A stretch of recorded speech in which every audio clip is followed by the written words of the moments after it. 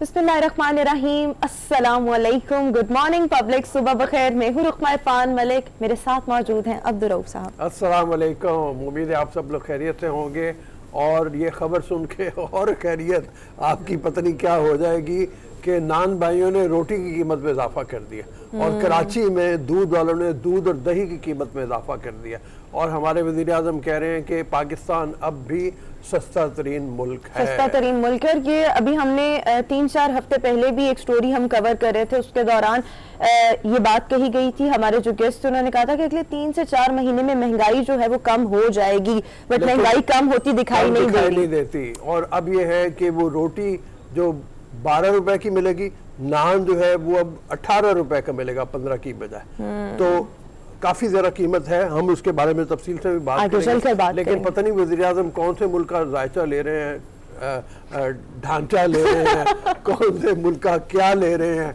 वो किस तरह से जायचा तो मैंने मजाक में कह दिया इसलिए कि घर बैठ के पता नहीं सुना है वो कुछ होता रहता है, किस्मत के हाल बताए जाते हैं। लेकिन बात असल में यही है कि महंगाई बहुत ज़्यादा है और आम आदमी बहुत परेशान है। मैं बता रहा था कि मैं भट्टा चौक यहाँ पे मशहूर है जहाँ मजदूर बैठते हैं, तो वो मजदूर बैठे हुए थे और बेरोज़गार थे बेचारे, उनके पास काम नहीं था। मैं उतर के चला गया और मैंने पूछा कि क्या हाल है। कहने लगे जी बस ये हाल है कि पहले 3 वक्त का खाना खाते थे, अब 1 वक्त का खाना हमने स्किप कर दिया। अच्छा। अब हम 2 वक्त का खाना खाते हैं। तो ये परेशानी का आलम है। बिल्कुल, दिहाड़ी में इजाफा नहीं हो रहा, काम मिल नहीं रहा और लोग परेशान हैं। इसको हम आगे चलकर तफसीलन भी डिस्कस करेंगे। जरा हरमीत का रुख कर ले, देखते हैं आज हरमीत ने कौन सी दस्तार पहनी है, किस रंग की। अस्सलाम वालेकुम हरमीत, कैसे हैं आप? जी वालेकुम सलाम, सत श्री अकाल, गुड मॉर्निंग। और सुबह जो है रऊफ साहब ने बड़ी ऐसी खबरें जो है फेंक दी है भाई कि अवाम जो है पहले से परेशानी जो है ज्यादा मुब्तला हो चुकी है। उस के बाद आपने रोटी का जिक्र किया, तो रोटी कि अगर हम फिर उसके वजन का जिक्र करें तो वो भी बड़ा अजीब सा हो गया भैया कि जो रोटी 18 की जो करने जा रहे हैं तो 103-104 ग्राम, वो तो वैसे बताते तो इतना है कि 110 ग्राम की रोटी होती है लेकिन होती है 100 ग्राम की है। तो ऐसे में क्या वो अगर पैसे बढ़ा रहे हैं तो ऐसे में ग्राम की जो है वजन भी उसका बढ़ा दिया जाएगा या नहीं। लेकिन बहरहाल चीजें बड़ी तेजी से बदलती जा रही हैं, चीजें महंगी हो रही हैं और हमें समझ नहीं आ रही कि जो मुशीरान है, जो वज़रा है, वो जिस तरह बातें करते हैं कि भैया टमाटर की जो प्राइस है वो इतनी है, हालांकि आप मार्केट जब जाए प्राइस पूछें तो आप हैरान हो जाएंगे। इस तरह फिर फ्रूट की बात करें तो फ्रूट आम आदमी की पहुंच से बहुत दूर। और जिस तरह से हम जिक्र भी करते रहते हैं कि जो डेली वेजेस मुलाजमीन हैं, जो दिहाड़ीदार लोग हैं, उनके लिए बहुत से मसाइल हैं, बिकॉज जो तनख्वाहें हैं वो महदूद हैं और ये जो है ये बेसिक नेसेसिटीज हैं, इनके बगैर गुजारा नहीं हो सकता। सो इनमें किसी ना किसी तरीके से रिलीफ दे दिया जाए, सो कहीं ना कहीं जो ये तबका है इसके लिए आसानी पैदा की जा सके। बट एनीवेज हमने इसको आगे चलकर तफसीलन डिस्कस भी करना है। जरा आज टॉप स्टोरी से पहले हमारे पास एक अवेयरनेस मैसेज है, वो अपने व्यूअर्स के साथ शेयर करते हैं। अवेयरनेस मैसेज इस हवाले से है, दांतों की हिफाजत, क्लेanलीनेस, प्रोटेक्शन बहुत ज्यादा जरूरी है। और रऊफ साहब ये हिफाजत और क्लेanलीनेस का हम जिक्र कर रहे हैं, ये एक ऐसी चीज है कि आप किसी मीटिंग में गए, अभी हरमीत की तरफ चलते हैं ना। पहले जितनी देर में हरमीत बात करता है उतनी देर में हम देखते हैं कि हमने अवेयरनेस मैसेज क्या देना है। हाँ जी हरमीत, आज क्या मौसम क्या है जरा बताओ ना इस्लामाबाद का।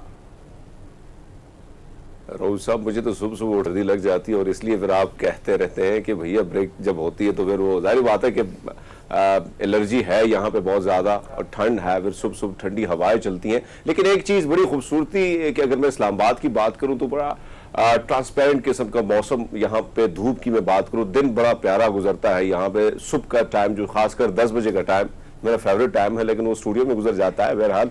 बट ये है कि मजे की धूप है और लोग उसको एंजॉय भी कर रहे हैं। लोग देख आके कुछ लोग धूप सीखने के लिए भी मुख्तलिफ पार्क का भी रुख करते हैं, कुछ जो है हमारी तरह दफातर का रुख कर लेते हैं। इस्लामाबाद में फिलहाल जो है बारिश जो गुज़श्ता दिनों बारिश हुई थी तो उससे मौसम जो है जिस तरह स्मोक और फोग की हम बात करते थे तो हल्की फुल्की स्मोक या फोग जो है वो दिखने को तो मिलती थी सुबह के टाइम, तकरीबन 5 बजे 6:30 बजे तक 6:30 तक ऐसी दिखती थी। लेकिन अब वो भी आपको ज्यादा नजर नहीं आएगी क्योंकि बारिश हो चुकी है। हाल में चलते हैं फौरी तौर पे क्लियर हो चुका है, बिल्कुल ठीक हो गया। जी जी लग रहा है भाई स्पार्कल आ रहा है।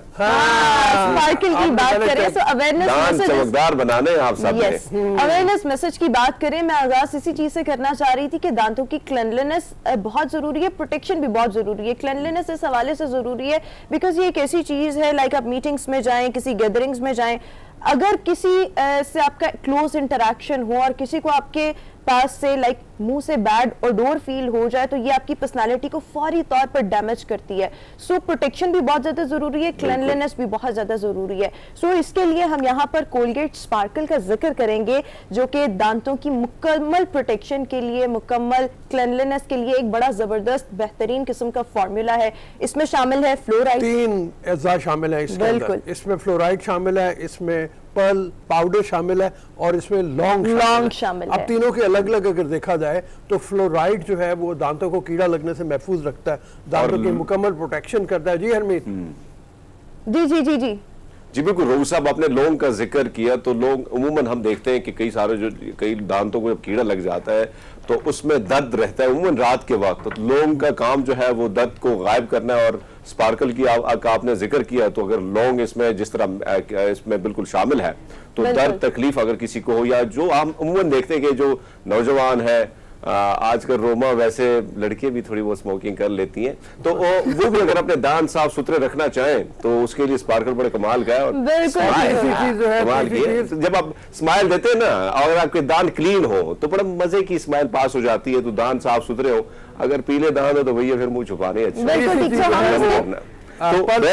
हाँ, 3 अज्जा का जिक्र कर रहे हैं। फ्लोराइड, बिल्कुल फ्लोराइड चमकाने के लिए फ्लोराइड की बात कर रही हूँ। फ्लोराइड की बात कर रही हूँ। ये एक ऐसी चीज है जिससे दांतों को बहुत ज्यादा मजबूत बनाया जा सकता है। और अगर ऑब्वियसली जब आप ये टूथपेस्ट इस्तेमाल करेंगे तो आपके दांतों में कैविटीज नहीं बनेंगी। लौंग का जहां तक हम जिक्र कर रहे हैं, दांतों की दर्द को दूर भगाता है। और जो आपका सांस पर इसके बाद जब इस टूथपेस्ट को यूज करने के बाद जो आपका सांस है वो एक महक उसमें आपको आती है। और जहां तक पर्ल पाउडर की बात है, सो वो आपके जो दांत हैं उनको बहुत ज्यादा चमकदार बना देता है। सो ये जो कॉम्बो है ये बड़ा जबरदस्त किस्म का कॉम्बो है। और रिकमेंडेड ये है कि कोलगेट स्पार्कल को आप दिन में 2 से 3 बार तो लाजमी तौर पर इस्तेमाल करें। रात को सोने से पहले मैंडेटरी है। उसके बाद आप को अगर सुबह टाइम मिले तो वेल एंड गुड, अदरवाइज आप अपने ब्रेकफास्ट के बाद टूथपेस्ट का लाजमी इस्तेमाल करें। इससे आप ऑब्वियसली क्लीनलीनेस वाला एलिमेंट भी फुलफिल कर रहे हैं, प्रोटेक्शन भी यकीनी बना रहे हैं। सो ये चीजें बहुत ज्यादा जरूरी हैं। इसके अलावा अगर आपने मीठा खाया तो आपको फिर भी एक अच्छे टूथ ब्रश के साथ ये टूथपेस्ट जो है वो लाजमी तौर पर इस्तेमाल करना चाहिए। और इस तरह से आप अपने दांतों की हिफाजत उसको यकीनी बना सकते हैं। रात के लिए इसलिए जरूरी है कि रात जब आप खाते हैं तो जो ज़र्रात हैं खाने के वो आपके दांतों में अटक जाते हैं और वो साफ नहीं होते, वो सुबह तक जमे होते हैं और वो कैविटीज पैदा करते हैं, वो प्लैक पैदा करते हैं, वो मुख्तलिफ किस्म की खराबियां पैदा करते हैं। तो बहुत बेहतरीन है कि कोलगेट स्पार्कल से आप अपने दांतों को रात को जरूर सोने से पहले साफ करके इस्तेमाल उसका करें, आपको फायदा होगा। फिर इसी तरह नाश्ते का जैसे जिक्र किया है रोमा ने, नाश्ते के बाद अपने दांतों को साफ और बल्कि मेरी तो अपनी पर्सनली आदत भी है। और इस वक्त जितने भी लोग हमें देख रहे हैं, मेरे ख्याल में 2 दफा तो आपने मैंडेटरी ये tooth paste Colgate sparkle with अच्छा सा ब्रश उसको यूज करना है। बट अपार्ट फ्रॉम दिस आप जब भी कुछ खाएं और आप घर पर मौजूद हैं तो खाली ब्रश फेर लिया करें, दांतों से हल्का सा ब्रश कर लिया करें। बिकॉज होता ये आप इससे अपनी दांतों की हिफाजत ही करें, कैविटीज नहीं बन रही और फिर आगे जाके जो मसाइल हैं वो इंटेंसिफाई कर सकते हैं। सो आप उन चीजों से बच सकते हैं। ठीक, ये तो हमारा हो गया। अब बात ये कि एक टूथपेस्ट में ये सारी खूबी आपको मिल रही है कि एक तो करके अगर आपने जिस तरह पल्प पाउडर की बात की तो जाहिर बात है हर बंदे की ख्वाहिश होती है कि भैया दांत चमकदार हों, साफ सुथरे हों, तो उसके लिए बड़े जतन लोग करते रहते हैं। तो ऐसे में टूथपेस्ट में अगर वो चीज मिल जाए, फिर आपने बात की कि भैया फ्लोराइड जो है वो दांतों को मजबूत बनाता है और तो उसमें भी अच्छी चीज है। साथ में आपकी सांसें महकती सांसें हो तो और भी मजा आ जाता है। तो बहुत अच्छी बात है। और जाहिर बात है कि नॉर्मली अमूमन हम देखते हैं कि लोग 2 टाइम जरूर टूथपेस्ट करते, सुबह नाश्ते से पहले और रात के वक्त सोने से कबल जो है। तो मैं समझता हूँ कि सारे गुण अगर एक टूथपेस्ट में हो तो फिर जबरदस्त हो जाएगा। बिल्कुल ठीक हो गया। So now let's move forward, आगे बढ़े, टॉप स्टोरीज अपने व्यूअर्स के साथ शेयर कर लेते हैं। डेली डोज के साथ हमने आगना है। उसके बाद हिंगोर डे आज मनाया जा रहा है। पाक बहरिया की जंगी तारीख का एक बहुत अहम दिन है। सो आज उसको सेलिब्रेट किया जा रहा है। इसका मकसद, इसकी अहमियत पर आज हम रोशनी डालेंगे। इसके बाद हमारा नेक्स्ट सेगमेंट जो है, हम देख रहे हैं कि पॉल्यूटेड वाटर जो है, आलूदा पानी, इससे सब्जियों की काश्त की जा रही है। ऑब्वियसली ये हेल्थ के लिए बहुत ज़्यादा नुकसानदेह है, इसको भी आज हमने डिस्कस करना है। इसके साथ साथ पाकिस्तान समेत दुनिया भर की अगर बात की जाए तो आज मैं चारों की तरह ये जो है ना सब्जियों की काश्त, इसके ऊपर हमीद का एक कमेंट ले लें। हरमीत का कमेंट बड़ा जरूरी है। हरमीत, सारे मुल्क में आपने देखा कि गंदे पानी से सब्जियों की काश्त होती है और वो इतना ज्यादा नुकसानदेह है जिसकी कोई हद नहीं। तो उस बारे में आपके पिंडी के इलाके में भी ये सूरत हाल है या मतलब ये इधर जनूबी पंजाब और इस साइड में ज्यादा है? लाहौर के करीब तो कई दफा पकड़े गए हैं, ये जरा बताओ।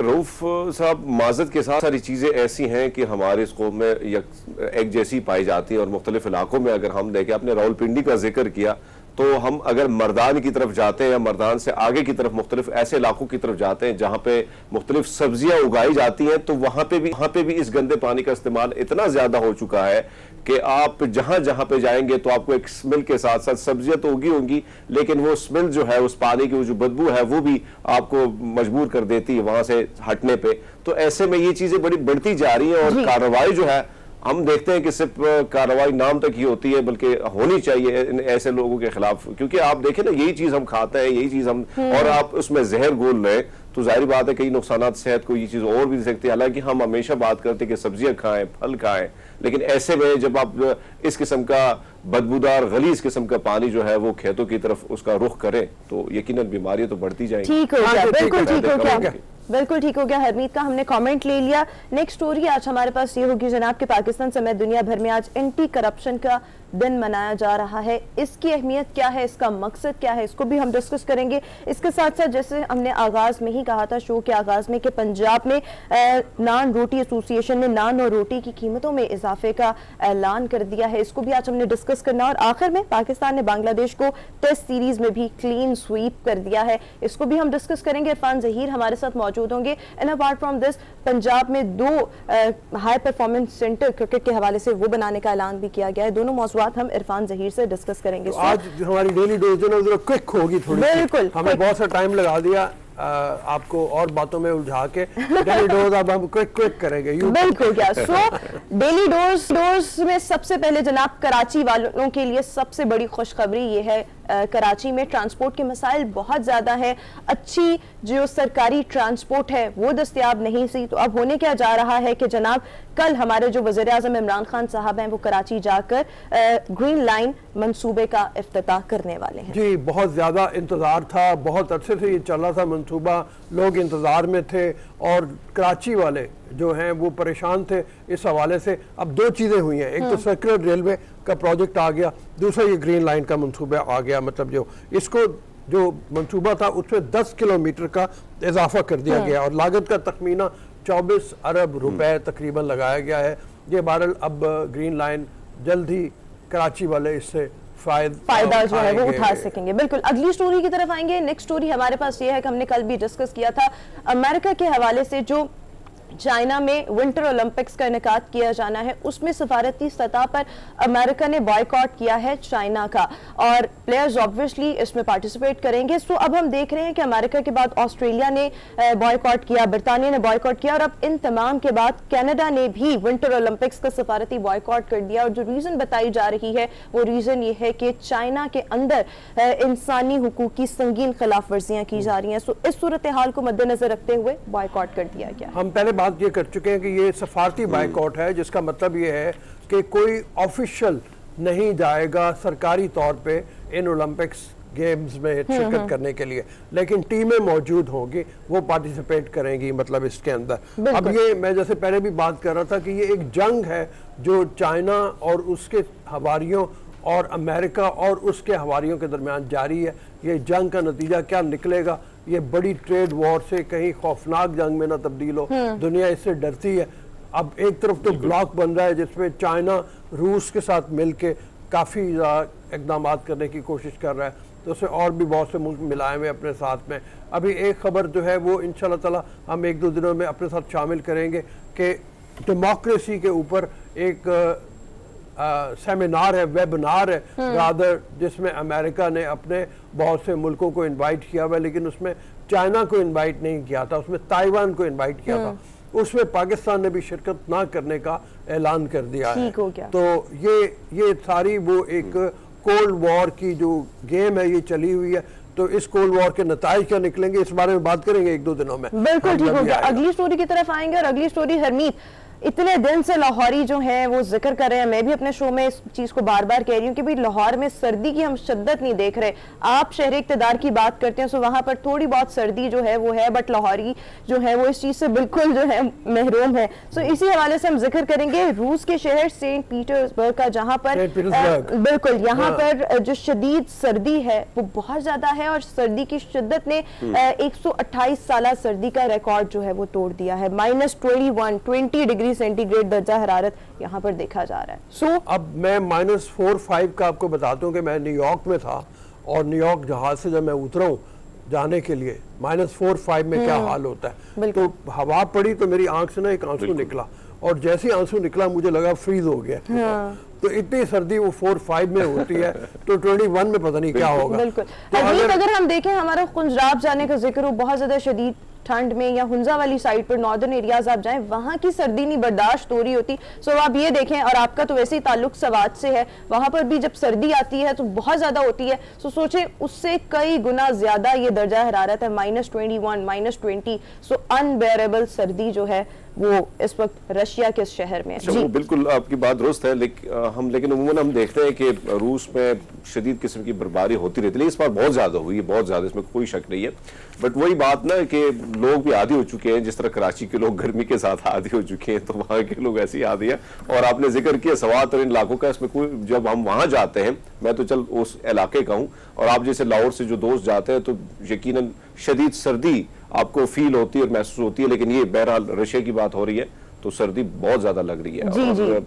हमें थोड़ी लग रही है, लग रहा है, तस्वीरों में लग रहा है कि भैया सर्दी बहुत है। हमें तो हमें सोच के लग रही है कि अगर वहाँ का, और इसके लिए मैं सोच रही हूँ कि जो यहाँ के लोग हैं, सोच के भी लग रही है। मैं ये सोच रही हूँ कि हम लोग जब इस तरह से नॉर्दर्न एरियाज का रुख करते हैं, स्पेशली विंटर्स में, तो हम खुद को इतना कवर करते हैं और इतना कुछ हम साथ लेकर जाते हैं। यहाँ के लोग अपनी प्रोटेक्शन किस तरह से कर रहे होंगे, किस तरह से खुद को पैक कर रहे होंगे, तो बहुत ज्यादा मुश्किल होता है ऐसे हालात में सरवाइव करना। बट एनीवेज हम डेली डोज की लास्ट स्टोरी की तरफ आएंगे, एक्चुअली सेकंड लास्ट, बिकॉज हमें बस 2 रहती हैं।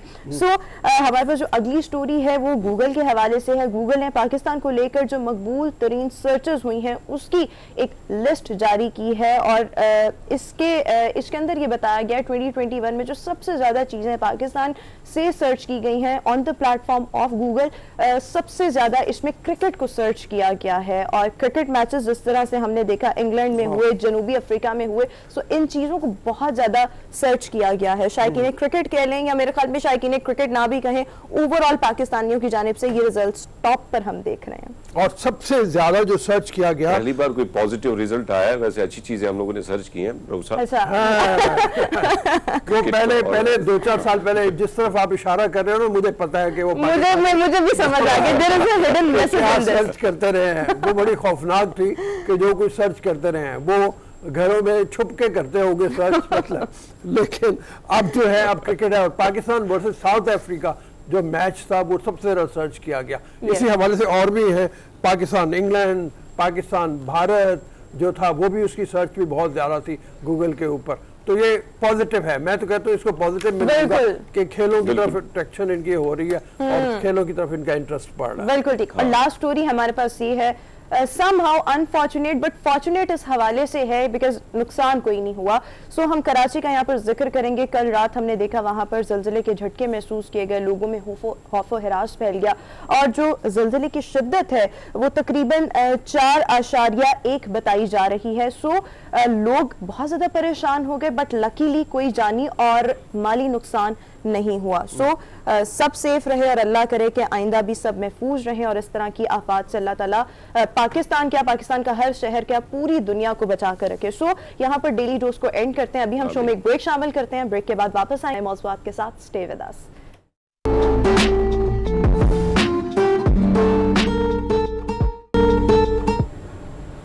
ब्रेक के बाद एक बार फिर से गुड मॉर्निंग पब्लिक में आपको खुशामदीद कहेंगे। व्यूअर्स, पाकिस्तान के दिफा को नाकाबिल तस्खीर बनाने की जब बात आती है सो हमारी तीनों जो अफवाज हैं उनका बहुत ज़्यादा की रोल है। अगर हम एयरफोर्स की बात करें, अगर हम नेवी की बात करें, अगर हम आर्मी की बात करें, तीनों का अपना अपना किरदार भी है, लाजवाल कुर्बानियां भी हैं।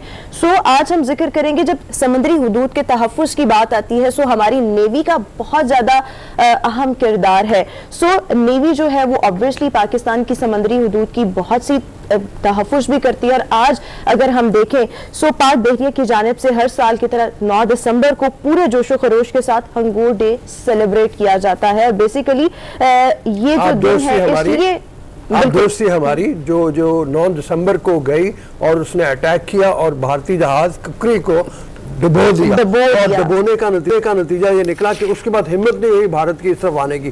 13 दिसंबर को ये वापस आ गई और इसमें हमारे गाजी जो हैं उनको फिर तमगा शुजात दिया गया, उनको बहुत नवाजा गया, उनको बहुत उनकी अप्रिसिएशन हुई।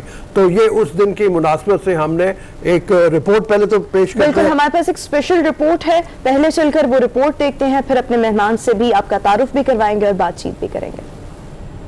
और ऑब्वियसली हंगोर डे मनाने का मकसद यही है कि 1971 की जो पाक भारत जंग थी उसमें हमारे पाक नेवी के जन अफसरान ने इतना ज़बरदस्त कारनामा अंजाम दिया, उसको याद किया जाए। प्लस जो हमारे गाजी हैं, जांबाज हैं, उनको सलाम अकीदत पेश किया जाए। गुफ्तगू करने के लिए हमारे साथ हमारे गेस्ट भी मौजूद हैं, सरदार Imtiaz military commodore retired Waseem Ahmed साहब। Thank you so much Waseem साहब and welcome to good morning public. जी अस्सलाम वालेकुम। आप ये फरमाइए कि 9 दिसंबर को हंगोर ने जिस तरह से कुकरी को डुबो दिया था तो दुश्मन के नापाक अज़ाइम भी खाक में मिल गए थे। पाक बहरिया की इस जो आबदोस ने इतना शानदार कारनामा सर अंजाम दिया, इसके बारे में क्या कहेंगे? हमें बॉम्बे के करीब भेज दिया गया। अच्छा, बॉम्बे के करीब भी उनका कोई जहाज़ बंदरगाह से बाहर निकलने को तैयार नहीं था। फिर एक दिन कैप्टन ने फैसला किया कि हम अपनी मौजूदगी का एहसास दिलाएं इंडियन नेवी को, और उस मकसद के लिए एक दिन शाम को हम सरफेस करके और उनकी फ़िशिंग बोट्स के दरमियान फ़िशिंग बोट बन के घूमते रहे, सारी लाइटें ऑफ करके, सिर्फ एक लाइट जला के, दूर से ऐसा लगे कि कोई फ़िशिंग बोट घूम रही है। तो उस चक्कर में हमें उनके एक आध वारशिप से मुलाकात हुई। गालिबन उसने इत्तला दे दी होगी कि एक सबमरीन यहाँ घूम रही है। तो फिर इंडियन नेवी की एक फ़ोर्स निकल के बाहर आई। अब ये फ़ोर्स अपनी तरफ से तो घर से तो ये कह के आए होंगे कि हम सबमरीन को मारने के लिए जा रहे हैं, लेकिन इन्होंने अपना पेट्रोल एरिया ऐसा रखा हुआ था जहाँ सबमरीन जाती ही नहीं है, यानी कि कम गहरे पानी में। वो सिर्फ अपनी हिफाजत को देख रहे थे कि घर जाके ये कह सकें कि हम अपना फ़र्ज़ अदा कर आए, हमें कोई सबमरीन नहीं मिली। तो जब हमने ये देखा कि ये दूर दूर हमसे पेट्रोल करके भाग रहे हैं, तो फिर कैप्टन ने एक बड़ा जुर्रतमंदाना फ़ैसला किया और वो अपने एरिया से बाहर निकल के शैलो वाटर्स में इनका पीछा किया। सुबह के वक्त जब ये अपने पेट्रोल पर बम्बे से निकलकर मगरिब की तरफ जा रहे थे, साहिल के साथ साथ चिपक के, हमने कोशिश की कि इनके करीब पहुंच जाएं फायरिंग रेंज में, लेकिन जहाज़ों की स्पीड ज़्यादा होती है, सबमरीन की कम होती है, तो हम इन्हें पकड़ नहीं सके। फिर कैप्टन ने फैसला यही किया कि शाम को लौट के तो ये इसी रास्ते से आएंगे, तो इनके रास्ते में बैठ जाते हैं। तो हम फिर उस कम गहरे पानी में जहाँ के हमें नहीं होना चाहिए था वहाँ बैठ गए, और जब ये शाम को लौट के आए तो अटैक किया। ये 2 जहाज़ थे साथ साथ, दोनों एंटी सबमरीन शिप्स थे, किरपान और कुकरी।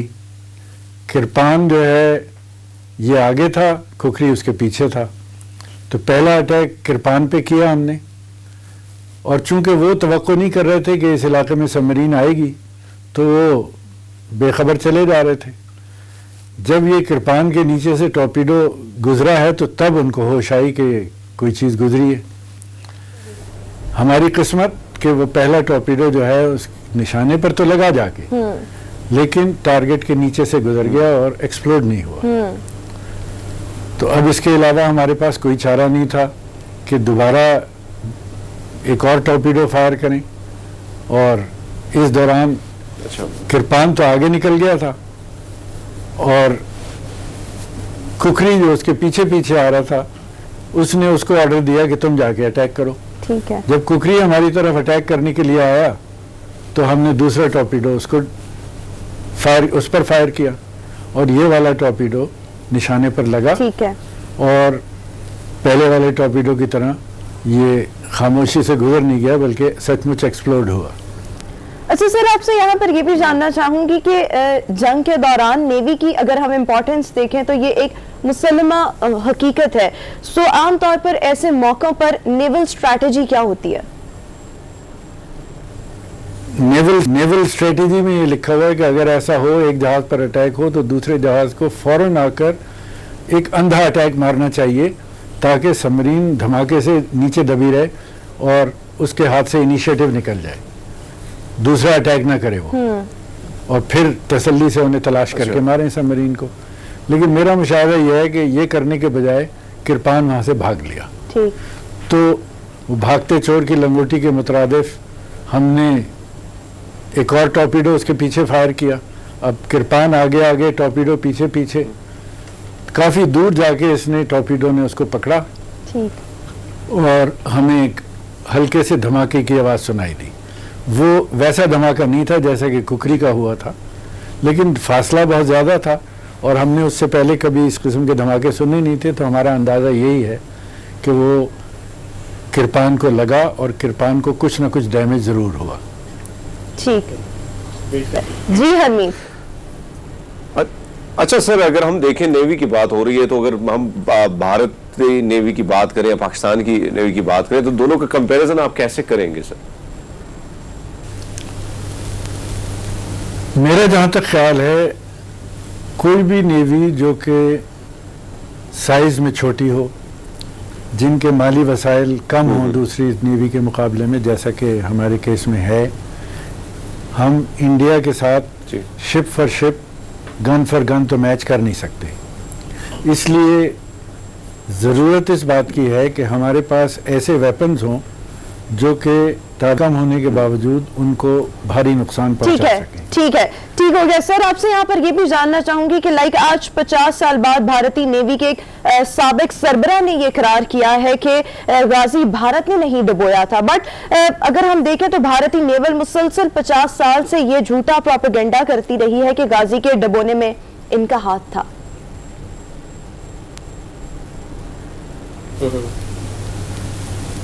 सिर्फ पहचानने के लिए कि क्या वाकई ये गाजी है, क्योंकि मैंने गाजी में भी अपनी शुरू की सबमरीन सर्विस गाजी में ही की है, तो गाजी से मैं अच्छी तरह वाकिफ़ हूँ कि उसमें क्या सामान था, क्या शक्ल थी उसकी। तो वो मलबा मैंने पहचाना, वाकई वो गाजी ही का था। और जिस तरीके से वो मलबा पड़ा हुआ था, उसके टूटने के अंदाज से पता चलता है कि ये कोई बाहर से किसी हथियार की कारस्तानी नहीं थी, अंदर से कुछ हुआ है। दो टुकड़े अलग होके पड़े हुए थे। तो आमतौर से अगर कोई बॉम्ब मारें ऊपर से या टॉर्पीडो मारें तो इस तरह का डैमेज नहीं होता है। जी। तो as a professional, as a submariner myself, मैं यकीन रखता हूं कि वो किसी एनिमी एक्शन के नतीजे में नहीं डूबे। बहुत शुक्रिया कोमोडोर रिटायर्ड वसीम अहमद साहब हमारे साथ मौजूद थे। बहुत तफसीलन सारी जो डिटेल्स थी वो हमारे साथ शेयर की, और इसके साथ साथ अगर हम देखें तो इस कारनामे को सरअंजाम देने के बाद जब नेवल ऑफिसर्स वापस लौटे तो उनको शानदार जो एजाजात थे उनसे नवाजा गया, जिनमें 4 सितारा जुर्रत शामिल थे, 6 चमगाए जुर्रत शामिल थे और 14 इम्तियाजी सनात से नवाजा गया, जो पाक बहरिया की किसी भी यूनिट को दिए जाने वाले एजाजात की सबसे बड़ी इस वक्त सवाल दास्तान है। जैसे कि बात हम कर रहे थे कि दूसरी जंग अजीम के बाद ये वाहिद मौका है जिस वक्त एक आबदोज ने एक दुश्मन के भारी भरकम और बड़े खतरे मोल हमारी आबदोज ने लेके उसको जाके, जैसे बता रहे हैं, शैलो वाटर्स में उन्होंने सफ़र किया, अपने आप को खतरे में डाला, लेकिन कुकरी को डुबो दिया। और कुकरी को डुबोना जो है ये बड़ा शानदार वाकया मतलब बना। और वसीम साहब जैसे फरमा रहे थे, और रोज साहब सबसे बड़ा मुश्किल दौर था ये, मैं ये समझता हूँ, क्योंकि आपके पास जो बंगाली ऑफिसर की एक बहुत बड़ी तादाद थी। आपको अगर हम देखें, अब जब देखते हैं माजी या तारीख को अगर हम पढ़ते हैं तो बहुत ज्यादा तादाद उनकी थी, लेकिन वहां पे जो मामलात हुए, कई सारी चीजें जो उनके बारे में खबरें लीक्स होना शुरू हो गई, हमारे इंटेलिजेंस इदारों की जानिब से रिपोर्ट भी दी गई थी कि कुछ न कुछ बंगाली ऑफिसर्स कर सकते हैं, पाकिस्तान में रह कर भी वो कुछ ऐसे नुकसान देंगे हमें। तो ऐसे में ये सारी चीजें अपनाना, और पाकिस्तान के जो ऑफिसर थे, यंग ऑफिसर थे, जो जिनको इतना एक्सपीरियंस नहीं था, उनके हवाले बहुत सारी चीजें की गई थी। तो ये बहुत कठिन मरहला था, और उससे मुश्किल से भी पाकिस्तान ने जिस तरह मुकाबला किया तो उसकी मिसाल नहीं मिलती। और ये प्रोपेगेंडा तो बहुत सारी चीजों के हवाले से भारत की जानिब से किया जाता है, बट बहरहाल बहुत सारी चीजें, सच तो है हमेशा सामने आ ही जाता है, वक्त लगता है पर सच सामने आ जाता है। और इसी के साथ साथ हम इस सेगमेंट को अभी जो लोग हमें देख रहे हैं और वो हंगोर को देखना चाहते हैं, सो वो विजिट कर सकते हैं पाक नेवी के मेरीटाइम म्यूजियम कराची का, जहां पर इसको रखा गया है और लोग आते हैं, इसको देखते हैं। डिटेल्स भी आपको वहां से मजीद इसकी मिल जाएंगी। अभी हम शो में एक ब्रेक शामिल करते हैं, हाजिर होंगे इस ब्रेक के बाद।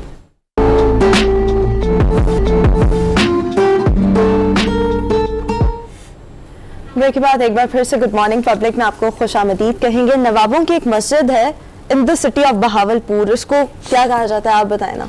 अल सादिक मस्जिद, सादिक मस्जिद, नवाबी मस्जिद भी कहा और बड़ी शानदार बनी हुई है। मैं चूंकि कुछ अर्सा बहावलपुर में रहा हूँ तो वहाँ जाने का मुझे इत्तफाक हुआ है। 60,000 जो नमाजी हैं वो वहाँ पे एक वक्त में नमाज अदा कर सकते हैं। बहुत ही शानदार चाकार है, और जो नवाब सादिक की एक तर्ज तामीर है उसका ये नमूना है वहाँ पे, वो आर्ट वर्क वहाँ पे अंदर मौजूद है। और सबसे बड़ी बात यह है कि 1.5 सदी गुजरने के बावजूद अभी तक उसकी शान शौकत उसी तरह से मौजूद है, उसको मेंटेन रखा गया ना। हाँ, उसको मेंटेन रखा गया है। मतलब वो तो देखने से ताल्लुक रखती है ये मस्जिद, देखने से ताल्लुक रखती है, तो हम व्यूअर्स को भी दिखाते हैं ना, जिन्होंने अभी तक नहीं देखी हुई वो जाकर देख भी सकते हैं बहावलपुर। पहले 100 साल पुरानी ये मस्जिद है, और पाकिस्तान में जितनी भी मसाजिद मौजूद हैं एक बड़ी मस्जिद के तौर पर ये कंसिडर की जाती है। जैसे कि वो बता रहे थे रिपोर्ट में, आपने देखा होगा कि नूर मोहम्मद साहब जो चिश्तियाँ के थे, जो नवाब साहब के रूहानी उस्ताद थे, सूफ़ी थे, उन्होंने इसका संगे बुनियाद रखा। और फिर नवाब सादिक ने 1935 में इसको तामीर को आगे बढ़ाया, जब वो हज से तशरीफ़ लाए वापस। खत्ताती इसकी देखने वाली है, वो खत्ताती जो है वो मतलब आप जब जाएं, मैं कहूंगा कि भावलपुर जाएं तो आप जाके इसको जरूर लाजमी तौर पर आपने देखनी है। अभी हम शो में एक ब्रेक लेंगे, हाजिर होंगे इस ब्रेक के बाद।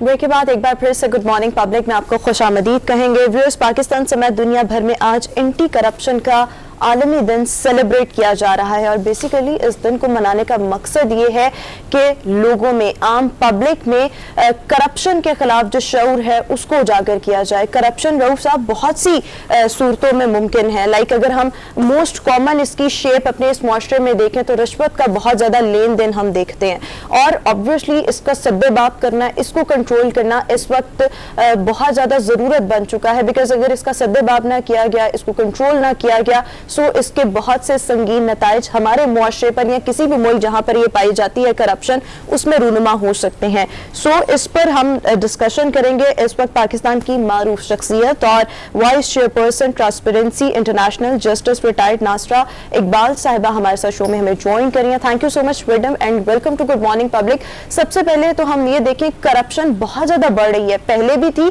बट उस तरह से चीजें हम मंजर आम पर ना आती थी, ना हम देखते थे। अब बच्चे को पता है कि करप्शन है क्या, बट द पॉइंट इज कि इसके खिलाफ कुछ किया नहीं जा रहा, या शायद हम फेल हो रहे हैं कि हम ठोस इकदामात इसके खिलाफ कर सके। सो नंबर 1 क्वेश्चन इज कि आपको क्या लगता है, रीजंस क्या है ये सूरत हाल इतनी ज्यादा सोसाइटी में इंटेंसिफाई करती जा रही है?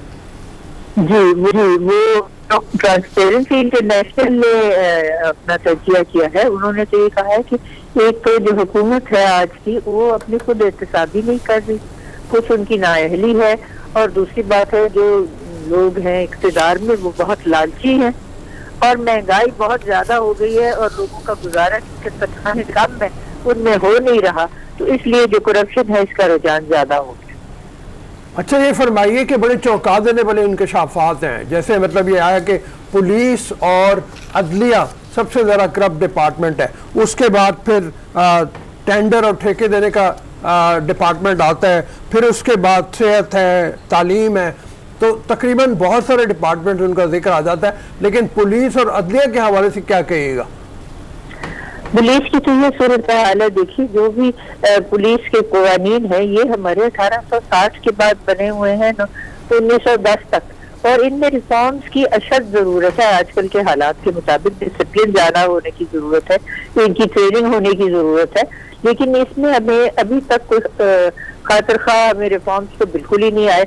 मुशर्रफ के जमाने में कोशिश की थी, लेकिन वो जो है वो अमल पे नहीं हुआ, तो ये करना तो बहुत जरूरी है। और लॉ जस्टिस कमीशन ने भी इसके बारे में बहुत सारी अपनी रिकमेंडेशन की हुई है। तो सबसे पहले तो पुलिस को ठीक करने की जरूरत ये है। अब देखिए वो कल एक लड़के को मार दिया जो ट्यूशन से आ रहा था प्लेन क्लोथ्स में पुलिस वालों ने, तो ये तो उनको पता होना चाहिए they should never shoot to kill. ये जो है ये बहुत ही बुरा रुझान है। दूसरी जहाँ तक बात अदलिया की है, अब मेरा जाती जो है तासर वो ये है कि अदलिया को बदनाम करने में जिन लोगों के ऊपर ज्यादा हुई है ट्रायल्स और कन्विक्शन, वो कोशिश कर रहे हैं कि अपना जो भी है नताइज जो निकले हैं उनको कवर अप कर ले, और अदलिया की बदनामी सिविल कोर्ट से, क्रिमिनल कोर्ट से लेके फर्स्ट इंस्टेंस वो ऊपर तक सबकी बदनामी के लिए कोई ना कोई कर रहे हैं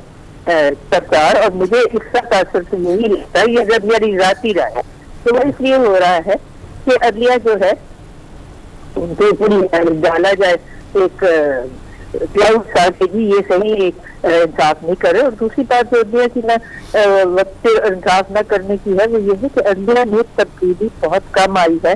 तब्दीली से मतलब कि उनकी जो है तादाद नहीं बढ़ाई गई, और जो हमारे 1947 में कोर्ट है उसमें बहुत कम हुआ है जो है उनको बढ़ाया गया है। उसके लिए उनके खातिर खा अरेंजमेंट नहीं है, ना उनकी अदालतों के है, ना उनके कोई बैठने का है। तो इस वजह से भी उनके ऊपर दबाव है, और दबाव ये कहना गलत है मैं समझती हूँ कि इंतजामिया का या दूसरी जो है ऑर्गन ऑफ गवर्नमेंट उनका है दबाव। दबाव इस बात का है कि फैसला किया जाए, और फैसला करने के लिए केस बहुत ज्यादा है। ठीक है जी हरमीत। अच्छा मैडम, अगर हम देखें तो इंटरनेशनल ट्रांसपेरेंसी की जो रिपोर्ट है उसमें 2017 और 2018 में हमारा जो नंबर था वो 120 था 180 मुमालिक में। अभी अगर हम देखें तो वो 124 तक पहुंच चुका है। थोड़ा सा नाज़रीन को बताइएगा कि इंटरनेशनल ट्रांसपेरेंसी की जो रिपोर्ट होती है ये क्या क्या चीजें काउंट करके ये रिपोर्ट सामने आती है? असल में तो देखिए अवाम के पास जाते हैं, और जो सरफरोश तबके के लोग हैं उनकी आराह से ये अपना एक बनाते हैं नतीजा कि लोगों के पास सराहत ट्रांसपेरेंसी इंटरनेशनल के बारे में क्या है। रिश्वत सतानी बढ़ गई है, महंगाई जो है वो कमी हुई है उसमें या बढ़ गई है या नहीं, लोगों को आम अशाए जिंदगी जो है वो पहले से उनकी कीमतें कितनी बड़ी हैं। और कहते हैं इन 1.5 साल में तो बहुत ज्यादा महंगाई हुई है और बड़ी भी बहुत ज्यादा है। तो ये जो सारे हैं मायार, इनसे अंदाजा लगाया जा सकता है कि हमारे माशरे में हालात क्या है। और एक ये है कि लोगों में कानून अपने हाथ में लेने का जो एक हो गया है आधार, ये भी बहुत गलत है कि रुझान क्यों इस तरह का हो गया कि वो क्यों समझते हैं कि हम खुद ही फैसला साजी कर लें जो भी हमने करना है, और हम इंतजार न करें कि हमारे लिए क्या करेगी या क्या करेगी। अच्छा, यहाँ पे एक और सवाल भी अक्सर लोग करते रहते हैं ना कि जो एहतसाब करने वाले लोग हैं उनका एहतसाब कैसे किया जाए, क्योंकि हम देखते हैं कि एंटी करप्शन का महकमा हो या नेब के हवाले से बात करें तो कई सारे ऐसे लोग उनके बारे में काफी सारी चीजें सामने आती है। तो इन लोगों की का कैसे एहतसाब किया जा सकता है? देखिए एहतसाब का अमल जो है ना, सबसे पहले तो आप देखते हैं कि इलेक्शन में हो जाता है। ये मंशूर हर पार्टी जो है सामने लाती है और उस पर अमल नहीं करेगी और जो वादे उन्होंने किए लोगों के साथ वो पूरे नहीं होंगे, तो जाहिर है अगली बारी लोग उनका इंतजार इसी हिसाब से करेंगे कि उनको दोबारा वोट भी देंगे। अब 2 पार्टियों के साथ तो हम एहतसाब कर चुके हैं इस सदी में, अब ये तीसरी पार्टी आ गई है। 1.5 साल इनकी कारकर्दगी का रह गया। इसकी बदकिस्मत ये कि कोविड जो है वो ज्यादा नुमाया और सामने आया इन्हीं के वक्त में, और उससे इनको बहुत सेटबैक हुए। लेकिन फिर भी ये भी जो है इनकी नाअहली की तरफ भी तो इशारा दिया गया है, और इसका नतीजा तो लोग खुद देंगे कि उनको इन पे एतमाद है या नहीं, और क्या ये वाकई इनमें करप्शन ज्यादा हुई है, तो वो फिर जैसे वोट पड़ेगा तो आपको खुद पता लग जाएगा। अच्छा, यहाँ पर मैं आपसे ये भी जानना चाहूंगी, शायद ये एक सियासी सवाल है बट हम इसको उस एंगल से अगर कंसिडर ना करें, पाकिस्तान तहरीक इंसाफ की अगर बात की जाए तो करप्शन के खिलाफ नैरेटिव बिल्ड करके इक्तदार में आया गया और आज बच्चे बच्चे को पता है कि करप्शन है क्या। आपको क्या लगता है कि फेटफ के मामलात को भी अगर हम मद्देनजर रखें सो इस टेन्योर में कोई मुनासिब इकदाम इस तरह से किए गए हैं कि हम इसका मतलब करप्शन का जो खात्मा है वो अपनी सोसाइटी से कर सकें, या खात्मा मुमकिन ना भी हो, कंट्रोल इस चीज को कर सके? यकीनन जो इनके पास जो वक्त रह गया है उसमें तो इनको पूरी कोशिश करनी चाहिए तन मन धन से, एक तो लोगों की रोजी रोटी का इंतजाम करना, क्योंकि मुलाजमतें बहुत कम हो गई। दूसरा, लोगों की तालीम बेहतर करना। तालीम भी तो एक वो शोबा है जिसमें इन्होंने कहा कि करप्शन है, और आप जाते हैं तो हर बच्चे को 5 से 16 साल की उम्र तक मुफ्त मायारी और लाजमी तालीम, और जब आप जाके देखते हैं कि देहातों में जो स्कूल है वहाँ पे तवेले खुले हुए हैं, वहाँ पे शादी हॉल खुले हुए हैं, वहाँ कुछ और ऐसी चीजें हो रही हैं जिनका तो ताल्लुक तालीम से है ही नहीं, और इसातिज़ा जो है उनको मिल रही हैं तनख्वाहें और इसातिज़ा मौजूद ही नहीं है, वो सारे इसी तरह है अदम पता है, उनका पता ही कुछ नहीं है, और बच्चे जो है वो चटाइयों पर बैठे हैं, न कोई फर्नीचर है, न कोई बिल्डिंग है, न किताबें हैं। तो जब तक ये बेसिक तो हमारी जरूरत है कि लोगों के लिए एक तो इंतजाम करें कि उनको हुनर सिखाया जाए ताकि वो खुद अपने लिए कमाई कर सके और या रोजी का उनका कोई इंतजाम हो, और दूसरी बात है ये पैसे बांटना जो है उससे हम समझते हैं कि नतीजा मुस्बत नहीं निकलेगा जब तक कि लोगों को अपने लिए कमाई करने का आप हुनर ना सिखाएं। ये चीजें हमारे लिए बहुत लाजमी है। अच्छा, ये फरमाइए कि कोई भी हुकूमत हो वो जब ट्रांसपेरेंसी इंटरनेशनल की रिपोर्ट आती है वो उसको रद्द कर देते हैं, कहते हैं कि ये ठीक जायज़ा नहीं है। अभी भी हुकूमत ने ये कहा, उनके अहदेदार ये कह रहे हैं कि ये गलत है, बिल्कुल ये सियासी बुनियादों पे की जाती है। तो इस बारे में बताइए कि हकीकत क्या है, मतलब हुकूमत क्यों झुटला रही है इसको? इस बार के बाद बल्कि मुझे बड़ी हैरत हुई कि कुछ हुकूमत के अहदेदार जो थे नुमाया, उन्होंने कहा देखो जी हुकूमत के ऊपर तो कोई इल्जाम नहीं लगा, सब वो उन्होंने की तरफ ही किया है, अदलिया जरा ना होश के नाखून संभाले। तो बात यह है अदलिया जो है वो भी तो अपना हिस्सा है ना रियासत का।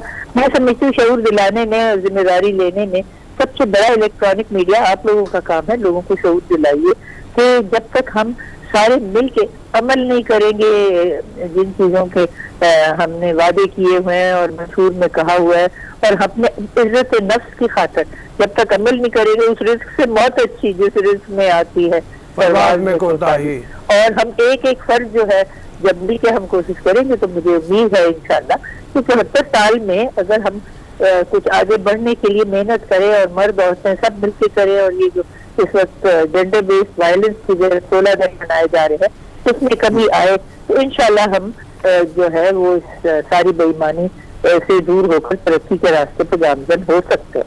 ठीक है। अच्छा नासरा साहब, यहाँ पर आपसे एक और अहम सवाल करना चाहूंगी। जी हरमीत। जी जी जी जी जी ठीक है। अच्छा नासरा साहब, मैं यहाँ पर एक सवाल आपसे करना चाहूंगी, शायद ये हमारे व्यूअर्स के लिए उस कदर इम्पोर्टेंट ना हो बट इसका जवाब बहुत अहमियत का हामिल है। हम अगर देखें जिस तरह से कुछ रोज पहले सानहा सियालकोट रूनुमा हुआ, हमारे अवाम में ये रविश बहुत ज्यादा पाई जाती है कि कानून को अपने हाथ में लेना। अच्छा, फिर इस तरह के पे दर पे वाकयात पाकिस्तान का इंटरनेशनल इमेज बहुत ज्यादा मुतासर होता है, मामलात बहुत ज्यादा मुतासर होते हैं। आपको क्या लगता है इन चीजों को हमें किस तरह से दुरुस्त करने की जरूरत है, लोगों की तरबियत किस तरह से करने की जरूरत है, सजाएं किस तरह से मुतय्यन करने की जरूरत है कि अगर इस तरह का कभी फेल अगर दोबारा हो तो इतनी सख्त सजा हो कि दोबारा किसी की जरूरत ना हो? और अगर ऑब्वियसली अगर हम अब से इसके लिए कुछ करना शुरू करेंगे, करते करते भी तो वक्त लगता है ना, तो करना क्या है अभी हमने?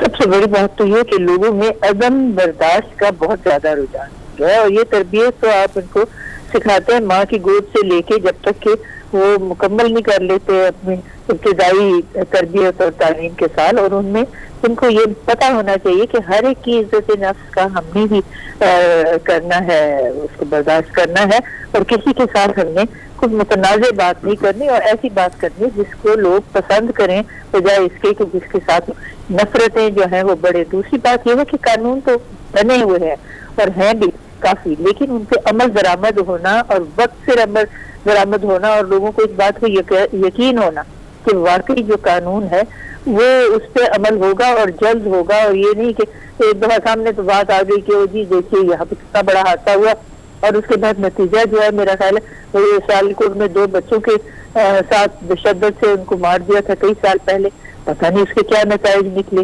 इसी तरह बहुत सारे होते हैं कत्ल या बड़े बड़े मजालिम और उसका नतीजा पब्लिक के सामने नहीं आता।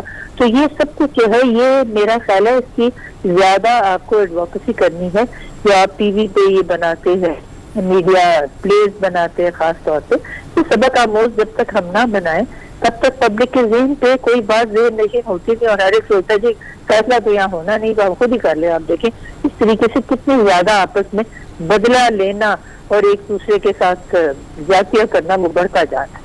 ठीक है, बहुत मेहरबानी, बहुत शुक्रिया आपका, thank you very much. Roma, बात असल में ये है कि जैसे इशारा बहुत सी चीजों की तरफ किया, हमारी जड़ों में बैठ गई है करप्शन।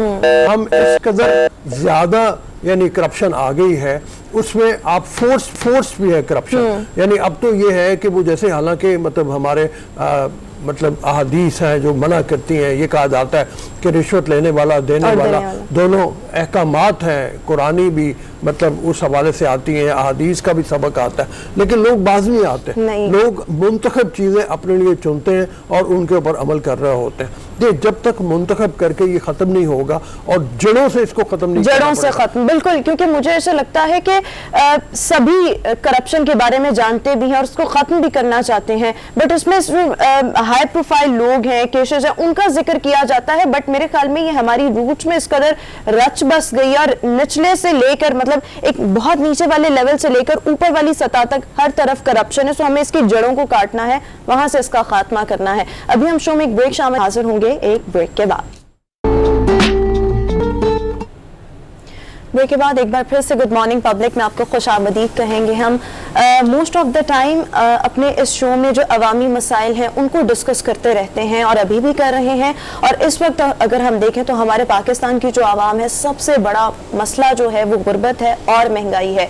आवाम जो है वो इस वक्त ऑलरेडी महंगाई की चक्की में पिस रहे हैं, बिकॉज जो आमदनी है वो महदूद है, महंगाई जो है वो बढ़ती चली जा रही है और ऐसी सूरत हाल में लोगों को 2 वक्त की रोटी भी मैसर नहीं, ऑलरेडी रोटी के लाले पड़े हुए हैं। और इसी सूरत हाल में अगर हम देखें तो रोटी की कीमत 12 रुपए और नान की कीमत 18 रुपए करने का फैसला किया गया है। पंजाब नान रोटी एसोसिएशन ने नान और रोटी की कीमत में इजाफा कर दिया है, जिसके रीजंस जो सामने आ रहे हैं ये कहा जा रहा है कि आटे का थैला जो पहले 850 में मिल जाता था अब वो 1100 तक पहुंच गया है। इसी तरह जो आटे की बोरी थी वो 4800 में दस्तयाब होती थी, बट अब वो भी कीमत बढ़कर 6000 तक पहुंच चुकी है। बट इसमें अवाम का क्या कसूर है, इसको अभी हम डिस्कस करेंगे। हमारे साथ मौजूद हैं जॉइंट सेक्रेटरी मुत्तहिदा नान रोटी एसोसिएशन मलिक लियाकत साहब। लियाकत साहब, बहुत शुक्रिया आपने हमें शो में ज्वाइन किया। सर, हुकूमत जरा से नरखों में इजाफा करती है, आप उससे ज्यादा डबल कीमतें बढ़ा देते हैं, सर ये क्या हो रहा है? औज़ु बिल्लाहि मिनश शैतानिर रजीम, बिस्मिल्लाहिर रहमानिर रहीम, अस्सलातु वस्सलामु अलैका या सय्यदी या रसूलुल्लाह व अला आलिका व अस्हाबिका या सय्यदी या हबीबल्लाह। सबसे पहले तो मैं मुत्तहिदा नान रोटी एसोसिएशन आल पंजाब की तरफ से तमाम मीडिया हाउसेस का इंतहाई मशकूर हूँ कि वो एक गरीब पिसे हुए मजलूम तबके की आवाज़ बुलंद करते हैं। तो जैसा आपने कहा कि गवर्नमेंट थोड़ा सा रेट बढ़ाती है, आप ज़्यादा बढ़ा देते हैं, ऐसा हरगिज़ नहीं है। ये 800 रुपये का जब थैला था, 860 रुपये का, तब की हमारी एप्लीकेशन आप डीसी ऑफिस से चेक कर सकते हैं कि हमने क्या एप्लीकेशन दी है। तकरीबन 3 माह से हम आवाम को अपनी जेब से रिलीफ दे रहे हैं। हमारी कोशिश होती है कि हम रेट ना बढ़ाएं। उसकी वजह कि एक तो आवाम की कुव्वत खरीद नहीं है, ऊपर से ये रोटी एक वाहिद चीज़ है कि डॉलर चाहे 200 पे चला गया है कोई परवाह नहीं है, रोटी 2 रुपये महंगी होगी तो पूरी सियासत इस पे आ जाएगी। इसलिए हम कोशिश करते हैं, वाइड करते हैं कि इसको ना बढ़ाए, मैं इसका रेट ना बढ़ाएं, लेकिन जब हम मजबूर हो जाते हैं तो तब हमें बढ़ाना पड़ता है। अब 1100 रुपये का थैला आटे का मिल रहा है, उसकी क्वालिटी ऐसी है कि जब तक उसमें 5 किलो फाइन ऐड नहीं करेंगे उसकी रोटी नहीं बनेगी। अब 5 किलो फाइन जब उसमें ऐड करें तो 1200 से ऊपर हमें पड़ता है, 1300 से, सॉरी। तो फिर हम क्या करें, मजबूर है, हमने भी हर चीज़ बाजार से परचेज करनी है। सिर्फ नान और रोटी हम बनाते हैं ना, बाकी हर चीज़ हमने बाजार से लेनी है। तो अब उसको हम कैसे लें? तो ये हमारी मजबूरी होती है, ये नहीं है कि थोड़ी सी महंगाई की वजह से हम इतना ज्यादा कर देते हैं, ऐसा हरगिज़ नहीं। देखिए जिस तरह से आपने डॉलर के साथ एक कंपैरिजन किया है, डॉलर तो खैर अल्लाह ना करे 200 तक पहुंचे, बट अभी पहुंचा नहीं है। बट द पॉइंट इज जब 2 रुपए का भी इजाफा है या 1 रुपए का भी इजाफा है, आपके पास जो तंदूरों पे मोस्ट ऑफ द टाइम जो लोग रोटी खाने जाते हैं वो होते हैं जो दूर दराज से आए होते हैं, डेली वेजेस मुलाजिमीन होते हैं, उन्होंने रोटी खानी है, उनके लिए 1 रुपए 2 रुपए 3 रुपए ये हम लोगों के लिए मैटर नहीं करता, उनके लिए बहुत मैटर करता है सर। हम जो जितने भी तंदूर मालकान है ना लाहौर के, तकरीबन 1600 तंदूर है खाली होटलों को छोड़ के, उनमें से 99% हम भी परदेसी हैं, कोई केपी से है, कोई आज़ाद कश्मीर से है, कोई कहीं से है। तो कम बेश एक तंदूर पे 10 लोग काम कर रहे हैं, और उनको आप अगर कैलकुलेट करें तो ये 16-17 लाख आवाम बनती है। तो वो क्या करें, वो किधर जाएं? अब बिजली को देख लें कितनी बढ़ गई है, उनको रिहाइश देनी पड़ती है हमें। अब जो लड़कों की रिहाइश है ना, उसका बिल कम से कम 8 से 10 हज़ार रुपये आता है, तो वो हम कैसे पूरा करें? अच्छा मेरी बात सुने, मतलब ये है कि सर वैसे आपने और भी हम देखते हैं कि पाकिस्तान में अगर just wait a second Rauf sahab आप, मैं ये कह रहा हूँ सीधा 15 से 18 रुपए, 3 रुपए नान की कीमत में इजाफा हो गया, रोटी 8 से 12 रुपए, 4 रुपए रोटी की कीमत में इजाफा हो गया। रोटी 10 से 12 की हुई, 10 से 12 की 2 रुपए इजाफा हुआ है। अच्छा, उसके बाद उसका वजन भी कम हो गया। वजन हरगिज कम नहीं है, लोग शिकायत करते हैं, जो लेने जाता है वो कहता है जी आधे आपसे सर आपसे मवसूख ज़राए तो है ही कोई नहीं, जब मर्जी विजिट कर ले। हमने आज तक कम वजन को डिफेंड किया ही नहीं है, हम यही कहते हैं कि वजन जो है ना कम से कम 5-7 ग्राम ऊपर होना चाहिए, और तकरीबन मैं ज़्यादा नहीं तो 80% तंदूरों को पे आपको कभी भी 100 ग्राम की रोटी नहीं मिलेगी, वो 115-20 ग्राम की होगी। अच्छा, क्योंकि जितनी छोटी हम बनाएंगे उतनी वो जल ज़्यादा जाती है, आकर जाती है, वो पड़ी रहती है, वो उसमें हमारा नुकसान होता है। वो जितना वेट ज्यादा होगा वो नरम निकलेगी, जलेगी काम। तकरीबन 80% तंदूरों पे आपको 110 से 15 ग्राम की रोटी मिलेगी, 100 ग्राम की नहीं मिलेगी। ठीक है जी हरमीत। अच्छा वैसे माजरत के साथ सर आपने बात की, मैं खुद गया हूँ, बल्कि ये पिछले हफ्ते की बात है, मैंने एक रिपोर्ट बनानी थी। कई आपने कहा कि 80%, मैं तो कहूँगा 80% में आपको जो ग्राम है ना उसमें आपने 115 कहा तो 109 भी बड़े मुश्किल से मिल जाता है, और 115 की मैं अगर बात करूँ तो चीदा कुछ ऐसे थे तंदूर जहाँ पे मुझे रोटी मिली। बहरहाल मलिक साहब एक और चीज़ अगर मैं ऐड करूँ, हमेशा हम देखते हैं कि पेट्रोल महंगा हो जाता है तो किराए बढ़ जाते हैं, जब पेट्रोल कम हो जाता है तब किराए कम नहीं होते हैं। इसी तरह रोटी की अगर मैं बात करूं, आप मान लेते हैं कि चलो आपके जो मसाइल हैं सबके मसाइल हैं साझे ही हैं, मुल्क हमारा साझा है। गैस की कीमत अगर बढ़ गई है तो जब गैस की कीमत कम हो जाती है तब आप रिवर्स गियर नहीं लगाते, आप उसी तरह कायम रहते हैं। वजह क्या होती है सर? सर हमने कल प्रेस कॉन्फ्रेंस में वाज़ेह तौर पर कहा है कि हमें रिलीफ दिया जाए, हम कभी भी रोटी के रेट बढ़ाने के हक में नहीं है, कभी भी हम नहीं इस हक में हुए, चूँकि हमारा लॉस होता है रोटी के रेट नान के रेट बढ़ाने से, हमारा कस्टमर कम हो जाता है, फिर इंतज़ामिया का दबाव होता है, मीडिया का दबाव होता है, क्योंकि रोटी पे तो सारी सियासत है। तो ऐसा हरगिज़ नहीं है कि हम रिवर्स नहीं करेंगे। अभी भी हमें 860 का थैला दिया जाए, हम 10 की रोटी देंगे। 4900 रुपये की 4800 रुपये की फ़ाइन की बोरी थी 84 kg की, वो हमें वापस दी जाए अब उसी रेट पे उसी वेट पे, तो हम 15 से ऊपर कभी भी नान नहीं करेंगे। ये देखें, नान और रोटी में इस्तेमाल होने वाली तंदूर पे जो चीज़ें हैं उसमें तिल है, सोडा है, शापर है, ग्लूकोज है, इन सब चीज़ों के 3 गुना रेट बढ़ गए। तो तिल की रोटी तो वैसे भी आप लोगों ने महंगी देनी होती है सर। किस दिन तिल वाले जो नान है तो ऑलरेडी हम लोग कभी जो है वो तो वैसे भी आप लोगों ने प्लस पॉइंट की महंगा 15 रुपए का ही है, वो भी ना वो मैं बिल्कुल ठीक बात कर रहे हैं। मैं आप अगर स्पेशल लगवाए तिल वाले में ना 2-3 क्वालिटी, आप अगर स्पेशल लगवाए तो 20 रुपए का। स्पेशल की बात नहीं कर रही, एक होता है सादा नान, एक होता है तिल वाला, ठीक है। तिल वाले के रेट ऑलरेडी बड़ा ज्यादा है। अच्छा, अब अगर आप इससे तिल वाले नान को अगर आप स्पेशल नान के तौर पर लगवाना चाहें, थोड़ा सा हैवी ज्यादा उसका रेट और ज्यादा है। जी वो 20 का है, अदरवाइज जो रूटीन लेबल तेल है ना उन पे तो कभी भी नहीं, कहीं भी लो शहर में देख ले 15 रुपए। चलें फिर मैं आपको विजिट करवाती हूँ, ठीक है, आपने कार्रवाई करनी अब है। आप ये बताइए, आप ये फरमा रहे थे कि चीजों के रेट कम हो जाएं तो हम मतलब ये कर देंगे। जी जी। कोई चांस लगता है? मुझे तो नहीं लगता कि नहीं चीज़ों के लगता, रेट कम नहीं होंगे। लगता उसकी। और दूसरी बात यह है कि और डिमांड्स आपकी क्या हैं? मतलब एक तो आपने कहा कि जो जिस कीमत पे हमें मिलता था 860 रुपए का थैला हमें मिलना शुरू हो जाए, इसी तरह फाइन आटा जो है उसकी कीमत कम की जाए। इसके अलावा भी मतलब आपने कहा तिलों का, सोडे का जो है वो रेट कम किया जाए। जहाँ तक शॉपर का है, शॉपर तो वैसे ही बैंड है, उसको तो मतलब पता नहीं क्यों इस्तेमाल किया जा रहा है, गवर्नमेंट भी कोई उसकी वो नहीं ले रही, नोटिस नहीं उसके ऊपर ले रही। तो ये रेट जो है कोई ऐसा दरमियान का रास्ता निकल सकता है कि जहाँ पे मतलब आप आके आम आदमी को सहूलत मिल जाए कुछ? देखिए जी हम तो बिल्कुल इस हक में है कि हम रेट ना बढ़ाएं, खास करके ये सर्दियों के सीजन में तो हम चाहते ही नहीं होते कि रेट बढ़ाएं।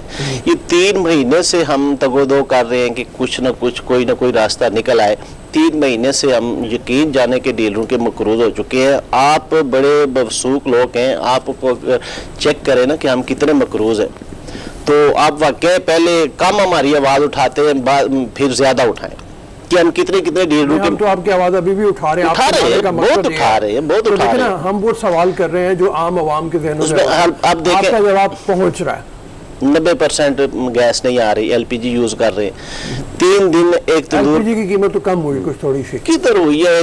200 रुपए कम हुई है। 9500 का सिलेंडर था, 9300 रुपए का हुआ है। उसके ऊपर फर्क नहीं पड़ रहा। उसको 200 रुपए से रेट पे ऊपर फर्क नहीं पड़ता ना, उधर बिल भी देख लें उतना ही आएगा। नहीं बिल तो नहीं, अब आप कह रहे हैं एलपीजी की कीमत कम हुई। सर एलपीजी जब गैस शॉर्ट हो गई है ना, हम साथ एलपीजी चला रहे हैं, उसी तरह बिल भी हमें आ रहे हैं।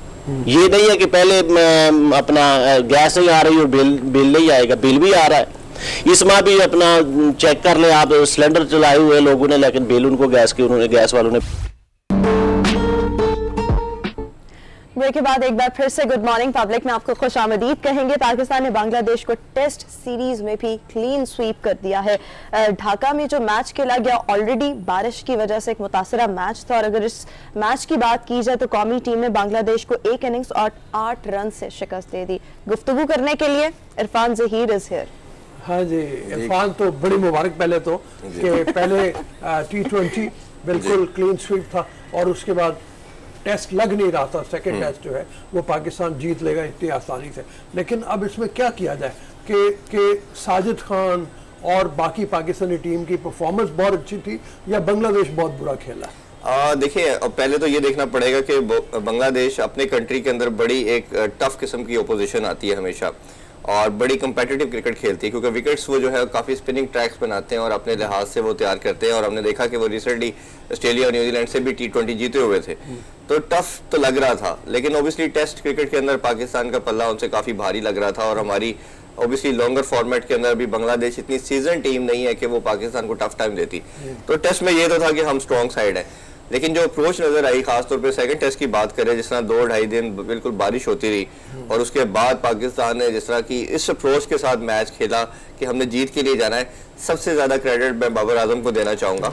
जिस तरह हमने पहले उस पर बहुत तनकीद की सेमीफाइनल के वर्ल्ड कप के अंदर, जिस तरह एक टिमिड अप्रोच हमें नजर आई, इधर जिस तरह की एग्रेसिव अप्रोच नजर आई। अगर आपका कैप्टन इस तरह की अप्रोच रखता है कि हमने विनिंग की तरफ जाना है, जैसे साजिद खान ने कहा, बाकी तमाम आबिद अली ने कहा कि कैप्टन ने एक ही बात की कि अभी अगर 2 दिन हमारे पास 1.5 दिन है तो इसका डजंट मीन कि हम जीत नहीं सकते, हमने जीत के लिए जाना है, हमने आउट करने की तरफ जाना है। जब आपका कैप्टन की ऐसी सोच होती है, अप्रोच इसके साथ आता है, पॉजिटिव माइंड के साथ आता है, एग्रेसिव क्रिकेट खेलता है, तो पूरी टीम खड़ी हो जाती है। और यही हम डिमांड करते हैं बाबर से। मैं हमेशा कहता हूं कि बाबर जो है वो लर्निंग कैप्टन होंगे, क्योंकि वो बाय बॉर्न कैप्टन इस तरह की पर्सनालिटी उनकी नहीं थी और ना वो इस तरह हमें नजर आए। बट अच्छी चीज क्या है कि वो ग्रेजुअली स्टेप बाय स्टेप सीखते चले जा रहे हैं। उनके अंदर हर चीज के अंदर अब इनोवेशन भी ला रहे हैं, डिफरेंट चीजें ट्राई कर रहे हैं। जिस तरह उन्होंने बड़ा क्रूशियल विकेट खुद बॉलिंग करके ली, ठीक है, वो इस तरह की चीजें आउट ऑफ द बॉक्स, जी बड़ी अच्छी। वो उस टाइम मैच वो काफी अपने फंसा हुआ था और वो काफी अच्छा पार्टनरशिप लग गई थी।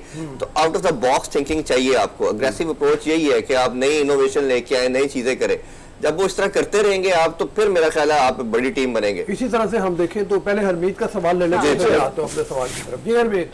जी जी। अच्छा इरफान, वैसे अगर हम देखें बांग्लादेश की जो परफॉर्मेंस थी फिर अपने मुल्क में, जाहिर बात है कि वो उससे पहले ऑस्ट्रेलिया के साथ जो मैच हुआ था बड़ी ज़बरदस्त परफॉर्मेंस बांग्लादेश की टीम ने दी थी अपने मुल्क में। अब ऐसे में कई खबरें भी गर्दिश कर रही हैं कि इख्तिलाफात जो है बांग्लादेश टीम के जो सीनियर खिलाड़ी हैं और जो मैनेजमेंट है, क्या ये वाकई सच है कि इख्तिलाफ ज़्यादा हो रहे हैं जिसकी वजह से ये मामलात हैं? देखिए, जब भी आप हारते हैं तो इस तरह की चीज़ें, खबरें तो काफ़ी सामने आती हैं। और मैं कल उसमें एक और चीज़ ऐड करना चाहूँ कि शकीबुल हसन का मुझे पता था कि ये कभी, मैं हमेशा बोलता हूँ, इसने कभी अपनी टीम को ना सर्वाइव करवाया मैच को, ना कभी टीम को मैच जिताया, हमेशा इंडिविजुअल परफॉर्मेंस करता है। और कल भी आप देखें कि उसने अपने 63 रन करके जब मैच को बचा सकता था उसने अपनी विकेट थ्रो कर दी। और जिस तरह की वो हिटिंग करता चला जा रहा था, थोड़ा सा आपको उधर सॉलिड अगर तरीके से खेलते, थोड़ा सा आप अटैकिंग मोड से बाहर आके डिफेंसिव अप्रोच रखते तो मैच इजीली बचाया जा सकता था। बट उसने, उसकी बड़ी प्रीवियस लंबी हिस्ट्री है 10-12 साल की, उसने कभी मुशफिकुर रहीम की बात करे, जिस तरह पहले मैच में भी उन्होंने एक सॉलिड वो इसी तरह की एग्रेसिव स्ट्रोक खेला, सेकंड इनिंग्स के अंदर भी बड़ी इस तरह की, तो ये इन रीजंस की वजह से बात हो रही है। और एशियन टेंडेंसी भी ऐसे ही है कि जब आप हारते हो ना तो ये सारा मीडिया और ये चीजें लेके आता है। ऑब्वियसली इनके नए लड़के आ रहे हैं, टीम रीबिल्ड हो रही है, ये सारे चीजें हैं। और मेरा ख्याल है कि अगर बांग्लादेश ने अभी नई टीम नहीं है, 99 से हम देख रहे हैं ये खेल रही है क्रिकेट, बट अभी तक कोई बड़ा टूर्नामेंट नहीं जीत पाई। अगर इन्होंने कुछ ऐसा बड़ी टीम बनना है तो इनको भी कोई अपनी अप्रोच को चेंज करना पड़ेगा। नए लोग ऐसे लेके आने होंगे जो थोड़ा सा स्टेट ऑफ माइंड के साथ होंगे, जो अटैकिंग क्रिकेट खेलें। इसी तरह की अप्रोच अपनी सेल्फिश होकर खेलने वाले प्लेयर के साथ अगर चलेंगे तो मेरा नहीं ख्याल कि आप कभी विक्ट्रीज ले पाएंगे। आप ये देखो कि दो ही उनके, मैं तो कहता हूँ सुपरस्टार बांग्लादेश के रहे हैं, तमीम इकबाल हो गया और ये हो गया मतलब अपना शकीब। अदरवाइज उनका कोई ऐसा सुपरस्टार मतलब उनका बना नहीं है। थोड़ा थोड़ा देर के लिए आए, निकल गए। मुस्तफीद एक अच्छा प्लेयर है और उनका, लेकिन उसको उस तरह से स्टार नहीं मतलब वो कहा जा सकता। हाँ, उनकी भी पैचेस के अंदर परफॉर्मेंस आती रही, कभी बहुत अच्छी आती है, कभी नहीं आती। तो अगेन हमें देखिए चीज हम बात करें, जैसे श्रीलंका ने रीवैम्प किया अपनी पूरी टीम को, रीडू कर दिया, पुराने लड़कों को निकाल के नए को डाला, तो हमें नजर आ रहा है कि श्रीलंका बिल्ड हो रही है। ठीक है, ऑल्दो के वो वर्ल्ड कप में सेमीफाइनल में नहीं आई, बट उन्होंने जितने भी मैचेस खेले बड़ी कंपेटिटिव क्रिकेट खेली। अभी वो टेस्ट मैचेस हम देख रहे हैं वेस्ट इंडीज के अगेंस्ट, बहुत अच्छा खेले। तो इस तरह जब आप रीबिल्ड करते हो तो थोड़ा फेज तो जरूर आता है आपके पास, मुश्किल 4-6 मंथ, बट टीम खड़ी हो जाती है, बिल्ड हो जाती है। तो बांग्लादेश की हमने किसी भी दौर में ये नहीं देखा कि ये एक ऐसी टीम होगी जो कोई बड़ा टूर्नामेंट जीत पाएगी। और एक आधी सीरीज तो जरूर जीत जाते हैं अपने कंट्री के अंदर, बट कहीं बाहर जाके नहीं कभी जीते। तो इस तरह की चीजें मेरा ख्याल देखनी पड़ेंगी। अच्छा, जरा टेस्ट टीम का अगर तजुर्बा मतलब हम अपना देख लें तो ओपनिंग से हम शुरू करते हैं, तो क्या मतलब पाकिस्तान को आखिरकार एक ओपनिंग पेयर मिल गया है? मतलब आपके ख्याल में आबिद ने बड़ा अच्छा परफॉर्म किया, अब्दुल्ला शफीक ने भी अच्छा परफॉर्म किया, दूसरे मैच में भी ठीक ही खेल रहा था वो, मतलब वो स्पिन देखिए रऊफ साहब, बड़ी इंपॉर्टेंट चीज ये है कि मेरा मानना दो चीजों में बड़ा स्ट्रॉन्ग बिलीव है। एक तो जिसकी फॉर्म अच्छी है उसको खेलना चाहिए, और जिसके अंदर टैलेंट है उसको भी सपोर्ट करना चाहिए। अब्दुल्ला शफीक को हमने देखा कि डोमेस्टिक में आल्दो के बहुत ज्यादा नहीं खेले थे, बट हमें टैलेंट नजर आ गया। T20 के अंदर, दोनों T20 के अंदर ये न्यूजीलैंड के अगेंस्ट 0 पे आउट हुए, अच्छी चीज थी कि इनको बाहर नहीं किया गया, टीम के साथ रखा गया। अगर इसको बाहर कर देते शायद इसका कॉन्फिडेंस जो था वो शैटर्ड हो जाता। वो टीम के साथ है, जैसे अपॉर्चुनिटी मिली उन्होंने दोनों हाथों से उसको कैश किया। इसी तरह कामरान गुलाम जिसने 37 साल का रिकॉर्ड ब्रेक किया, वो टीम के साथ है।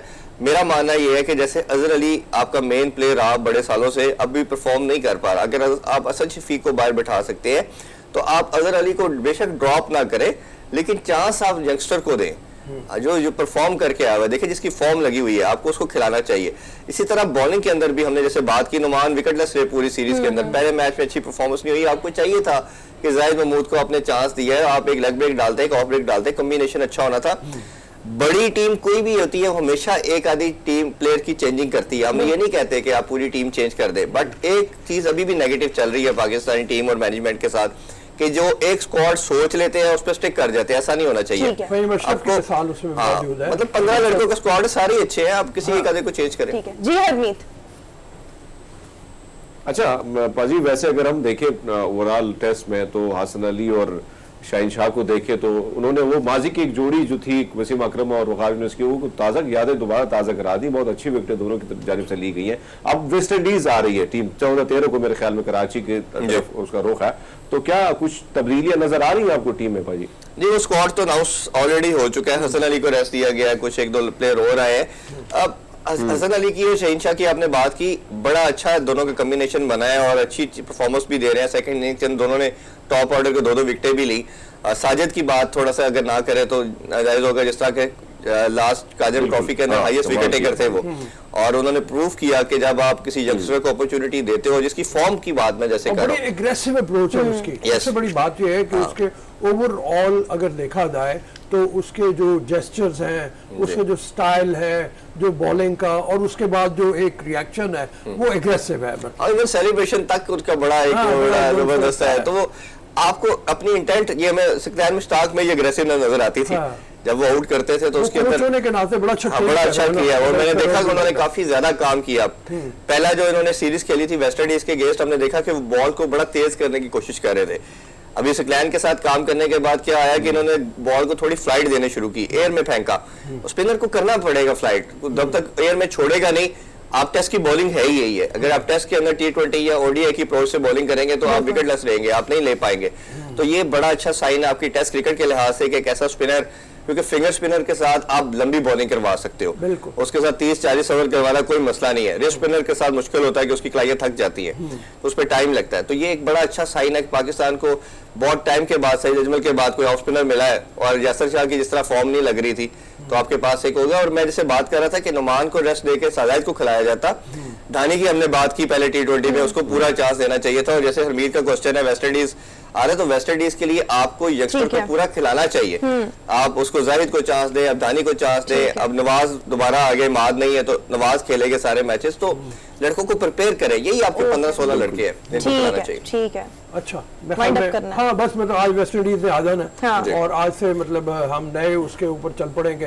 तो इरफान से फिर नए तजीए हासिल करने के लिए इरफान को दावत देंगे। वेस्ट इंडीज के साथ उम्मीद यही है कि बड़ा अच्छी सीरीज होगी पाकिस्तान, बट उनके भी अनफॉर्चुनेटली कुछ बड़े प्लेयर नहीं आ रहे हैं। कमजोर टीम है। ठीक है, thank you so much Irfan, आपने ज्वाइन किया। इजाजत मांग लें सर। हाँ, इजाजत लें। इसी के साथ ही हमारा आज का शो अपने इख्तिताम को पहुंचा। आपसे मुलाकात होगी कल, अपना बहुत सा ख्याल रखिएगा, हमें दीजिए इजाजत, अल्लाह हाफिज।